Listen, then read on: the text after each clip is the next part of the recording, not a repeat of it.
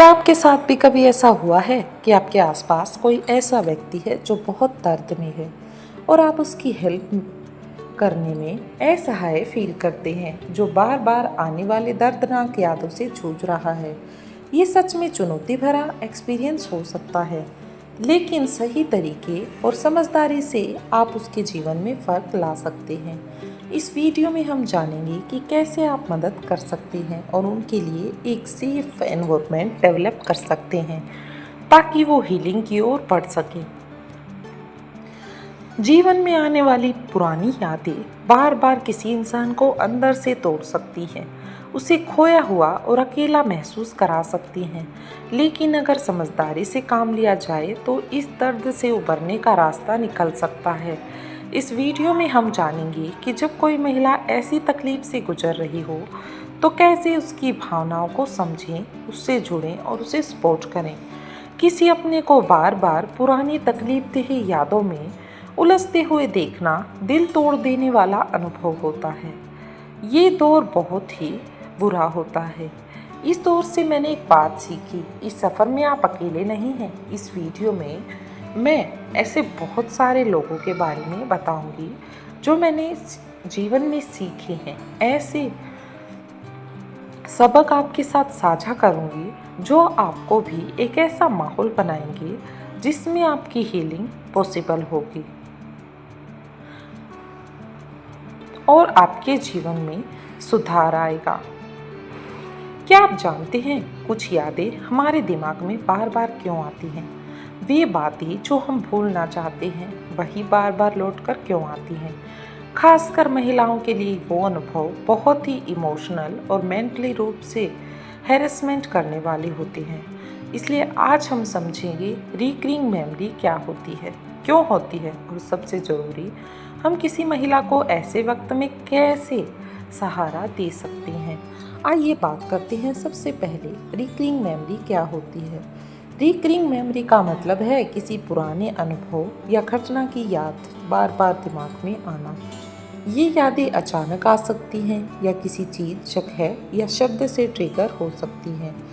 ये यादें अक्सर उन घटनाओं से जुड़ी होती हैं जो व्यक्ति के लिए इमोशनली या साइकोलॉजिकल बहुत इम्पैक्टफुल रही हैं।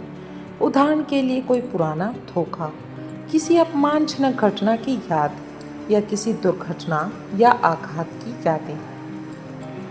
लेकिन प्रॉब्लम तब होती है जब ये यादें कंट्रोल से बाहर हो जाती हैं और व्यक्ति को डिस्ट्रेस यानी मानसिक असहजता देने लगती है। अब आप सोच रहे होंगे, आखिर ये रिकरिंग मेमोरीज भूली क्यों नहीं जाती, क्यों बार बार याद आ जाती हैं? इसके कई रीज़न हो सकते हैं। फर्स्ट रीज़न है ट्रॉमा यानी कि आघात। अगर किसी महिला ने कभी इमोशनल या फिजिकल ट्रॉमा झेला है, जैसे किसी एब्यूजिव रिलेशनशिप या मानसिक प्रताड़ना, तो उसका दिमाग उस घटना को प्रोसेस करने में स्ट्रगल करता है, जिससे वही याद बार बार आती है। सेकंड है एंजाइटी, चिंता। जब मन पहले से ही बेचैन होता है तो छोटी छोटी बातें भी बड़ी बनकर सामने आती हैं। चिंताग्रस्त दिमाग बार बार उन्हीं घटनाओं पर लौटता है जिन्हें वो हल नहीं कर पाया। थर्ड पॉइंट है स्ट्रेस यानी कि तनाव। स्ट्रेस से दिमाग कमज़ोर पड़ जाता है और पुराने अनुभव बार बार सरफेस में आ जाते हैं। फोर्थ पॉइंट है गिल्ट या शेम, अपराध बोध या शर्म। कई बार कोई पुरानी गलती या किसी और की गलती का बोझ भी रिकरिंग मेमोरी का कारण बन सकता है। महिलाओं के अनुभव को वैलिडेट करना इसके लिए सबसे ज़रूरी है। सबसे ज़रूरी बात है कि जब कोई महिला ऐसी तकलीफ में है तो उसे क्या चाहिए, तो वो है वैलिडेशन और एक्सेप्टेंस। उसे ये एहसास दिलाना कि उसकी फीलिंग्स गलत नहीं है। उसे बार बार जज करने के बजाय उसे सुनना ज़रूरी है। कई बार लोग कहते हैं, अरे छोड़ो यार, पुरानी बातें हैं, जाने दो। लेकिन याद रखिए, जो दर्द उसके अंदर है वो उतना आसान नहीं जितना बाहर से लगता है। उसे ये कहिए, मैं समझता हूँ कि ये तुम्हारे लिए आसान नहीं है, लेकिन मैं यहाँ हूँ तुम्हारे साथ। ये वाक्य ही हीलिंग की शुरुआत हो सकता है। आप उसे प्रैक्टिकली भी सपोर्ट कर सकते हैं, जैसे कि एक शांतिपूर्ण माहौल बनाएं, उसे बोलने दें बिना टोके, उसकी बात को सुने और अगर ज़रूरत हो तो किसी थेरेपिस्ट या काउंसलर से मिलने का सुझाव दें, लेकिन उसे फोर्स ना करें। और सबसे ज़रूरी एम्पैथी, यानी उसकी जगह खुद को रखकर सोचें।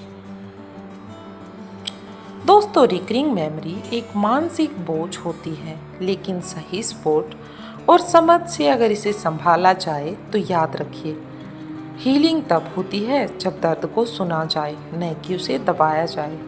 अगर आप भी किसी अपने के साथ ये साझा कर रहे हैं तो आज से सिर्फ मौजूद रहिए, वो भी पूरे मन के साथ, उसके साथ। अब सोच रहे होंगे कि पूरे मन से कैसे? पूरे मन से ऐसे हो जाइए कि आप एक्टिव लिसनिंग कीजिए। एक्टिव लिसनिंग के बारे में जानना चाहते हैं? एक्टिव लिसनिंग क्या है? अक्सर जब कोई अपना दर्द बताता है तो हम जल्दी से कोई सलाह देना चाहते हैं या कहते हैं अरे छोड़ ना। ऐसा तो सबके साथ होता है, लेकिन एक्टिव लिसनिंग का मतलब है सिर्फ सुनना, पूरी तरह से सुनना, बिना बीच में टोकने के, बिना जज करने के। जब आप किसी को खुलकर बोलने देते हैं तो आप उसकी हीलिंग प्रोसेस का पहला दरवाज़ा खोल देते हैं। अब ध्यान से सुनिए, इसे करना कैसे है।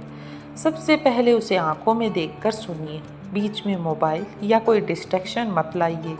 सिर हिलाकर या छोटे छोटे शब्दों में उसे बिलीफ दिलाइए कि आप उसे पूरी तरह से सुन रहे हैं। उदाहरण के लिए आप बोल सकते हैं, मैं समझ रहा हूँ, बोलते रहो, मैं यहीं हूँ। अब जो मेन बात है वो है, जब आप उसकी बात को सुन रहे हैं तो 2 पॉइंट होते हैं, एम्पैथी और सिंपैथी। सिंपैथी होती है हमदर्दी, बेचारी तुम्हारे साथ बहुत बुरा हुआ। सिंपैथी वो होती है जिसमें हम सामने वाले के दर्द को महसूस करते हैं, लेकिन एम्पैथी वो होती है खाली सहानुभूति, जिसमें तुम सिर्फ उसे ये विश्वास दिलाते हो कि हाँ, मैं तुम्हारे दर्द को फील कर रहा हूँ। लेकिन एम्पैथी में आप सामने वाले के दर्द को समझने की कोशिश करते हैं, ना कि उसे छोटा करने की। जब आप एक्टिव लिसनिंग कर रहे हैं तो कुछ बातों का ध्यान भी रखिए, जैसे कि आप उसे ये बातें कभी मत कहिए, ये सब तो नॉर्मल है, तुम्हें इससे बाहर निकलना ही पड़ेगा, इतना क्यों सोचती हो। अगर आप इस तरह की बात उस महिला से करेंगे तो वो टूट जाएगी। लेकिन आप उसे, जब आप एक्टिव लिसनिंग कर रहे हैं तो आप बाद में ही कह सकते हैं, मैं समझता हूँ कि ये बहुत भारी है, अगर तुम चाहो तो मैं तुम्हारे साथ इस सफ़र में चल सकता हूँ या चल सकती हूँ, तुम्हारा साथ मैं दे सकती हूँ। उसे ये भरोसा दिलाना कि उसकी फीलिंग वैध है। कई बार महिलाएं खुद पर ही शक करने लगती हैं कि क्या मैं ही गलत सोच रही हूँ। आपको बस इतना ही कहना है, तुम जैसा महसूस कर रही हो वो बिल्कुल ठीक है, तुम्हें ये महसूस करने का पूरा हक है। और अगर तुम्हें लगता है कि चीज़ें भारी हो रही हैं तो मदद लेना बिल्कुल सही कदम होगा। ये वाक्य उसे इमोशनली सेफ्टी देता है और वो अपने आप को अटैचमेंट फील करती है। अब जब आप उसके लिए इमोशनल सपोर्ट बन गए हैं तब उसे खुद की देखभाल करने में जेंटली गाइड कर सकते हैं। सबसे पहले आप उसे माइंडफुलनेस प्रैक्टिस करवाएं। रोज़ 5 मिनट खुद के साथ बैठकर सिर्फ अपनी सांसों पर ध्यान देना। सेकंड टेक्निक है डीप ब्रीथिंग एक्सरसाइज। जब भी दर्द भारी लगे, गहरी सांस लेना, कुछ देर रोकना और फिर धीरे धीरे छोड़ देना, यानी कि 4-7-8 टेक्निक का यूज़ भी आप कर सकते हैं। थर्ड टेक्निक है रिलैक्सेशन टेक्निक। हल्की वॉक पर जाना या फिर मनपसंद म्यूजिक सुनना, कभी कभी जर्नलिंग यानी अपने मन की बातें लिख लेना। याद रखिए, सेल्फ केयर कोई इलाज नहीं होता, ये सहारा होता है, और जब आप उसका सहारा बनते हो तो हीलिंग अपने आप शुरू हो जाती है। दर्द को सही करने के लिए शब्दों की ज़रूरत नहीं होती, बस एक ऐसा इंसान चाहिए जो उसे महसूस कर सके। आज से जब कोई आपके सामने वाले अपने टूटा हुआ बयां करे, उसे सलामत दीजिए, उसे समझिए, उसे महसूस करिए यकीन मानिए, इससे बड़ी कोई मदद नहीं होती। अगर ये बातें आपके दिल से जुड़ी हों तो इस वीडियो को लाइक कर दीजिए और चैनल को सब्सक्राइब करें और कमेंट में बताएं कि हाँ, मैं सुनने के लिए तैयार हूँ, मैं तुम्हारी बात सुनूंगा। अब इसके अलावा हमें कुछ और छोटे छोटे पॉइंट ध्यान रखने हैं, जैसे कि सेफ स्पेस देना सबसे पहली ज़रूरी चीज़। उसी महिला को सुरक्षित माहौल देना, ऐसा माहौल जहां वो बिना डर, शर्म या जजमेंट के अपने दिल की बात कह सके। इसके लिए आप एक प्रैक्टिकल टिप भी यूज़ कर सकते हैं। कोई शांत जगह चुनें, बातचीत के समय डिस्ट्रैक्शन जो भी है उसे हटाएं और बोलें, तुम यहाँ पर सुरक्षित हो, खुलकर बोलो, खुलकर अपनी बात बताओ। अगर वो चाहती तो थेरेपी या किसी सपोर्ट ग्रुप में जाने के लिए भी उसे ऑफर करें। अकेले उस सफ़र पर जाना उसके लिए डरावना हो सकता है, इसलिए आप उसे कह सकते हैं, अगर चाहो हो तो मैं तुम्हारे साथ चल सकता हूँ। उसे महसूस कराएं कि वो इस जंग में अकेली नहीं है, उसके साथ बहुत सारे लोग खड़े हैं। लेकिन अगर वो जाना चाहती है तो ही उसे लेकर जाएं, उसे जेंटली सजेस्ट करें, लेकिन उसके साथ कभी भी फोर्सफुली ना करें। उसे हिम्मत दिलाएं कि मदद मांगना जरूरी कमजोरी नहीं है, समझदारी है, इसलिए बाकी तुम्हारी चॉइस। अब मेन बात है कि आप उसे रेगुलर चेक इन करें। ये पूछें कैसी हो, पूछना मत छोड़िए। प्रैक्टिकल एक्शन कभी कभी बहुत ज़्यादा काम करते हैं। कभी कभी बिना वजह भी कॉल या मैसेज कर देना, सिर्फ इसलिए कि वो जान सके कि आप उसके लिए हैं, आप उसके साथ हैं। दर्द कभी भी अकेले नहीं जाता, सपोर्ट सिस्टम से ही हीलिंग होती है। जब आप उसके लिए वहाँ रहेंगे तो वो अपने दर्द को एक्सेप्ट कर पाएगी और यहीं से उसकी हीलिंग जर्नी शुरू होगी। अगर आप भी किसी को ऐसा सहारा बनकर मदद करना चाहते हैं तो इस वीडियो को आगे बढ़ने से पहले कमेंट में लिखिए, मैं साथ हूँ, मैं तुम्हारे साथ हूँ। अब आप सोच रहे होंगे, जब हम घर पर ही हीलिंग कर सकते हैं तो प्रोफेशनल हेल्प क्यों ज़रूरी है। जब किसी के मन में पुरानी यादें बार बार लौट कर आती हैं तो अकेले उससे निकलना बहुत कठिन हो सकता है। यहाँ आती है प्रोफेशनल हेल्प की इम्पोर्टेंस।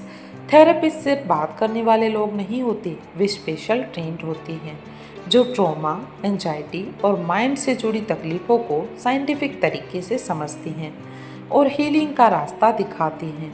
कभी कभी जो बातें हम अपनों को नहीं बता पाते वो थेरेपिस्ट के सामने आसानी से निकल जाती हैं।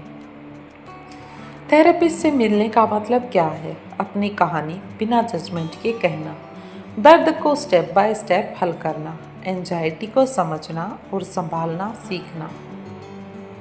इसके लिए आप ऑनलाइन रिसोर्सेज और हेल्पलेस पर्सन का भी यूज कर सकते हैं जो इस जर्नी में आपकी मदद करेंगे।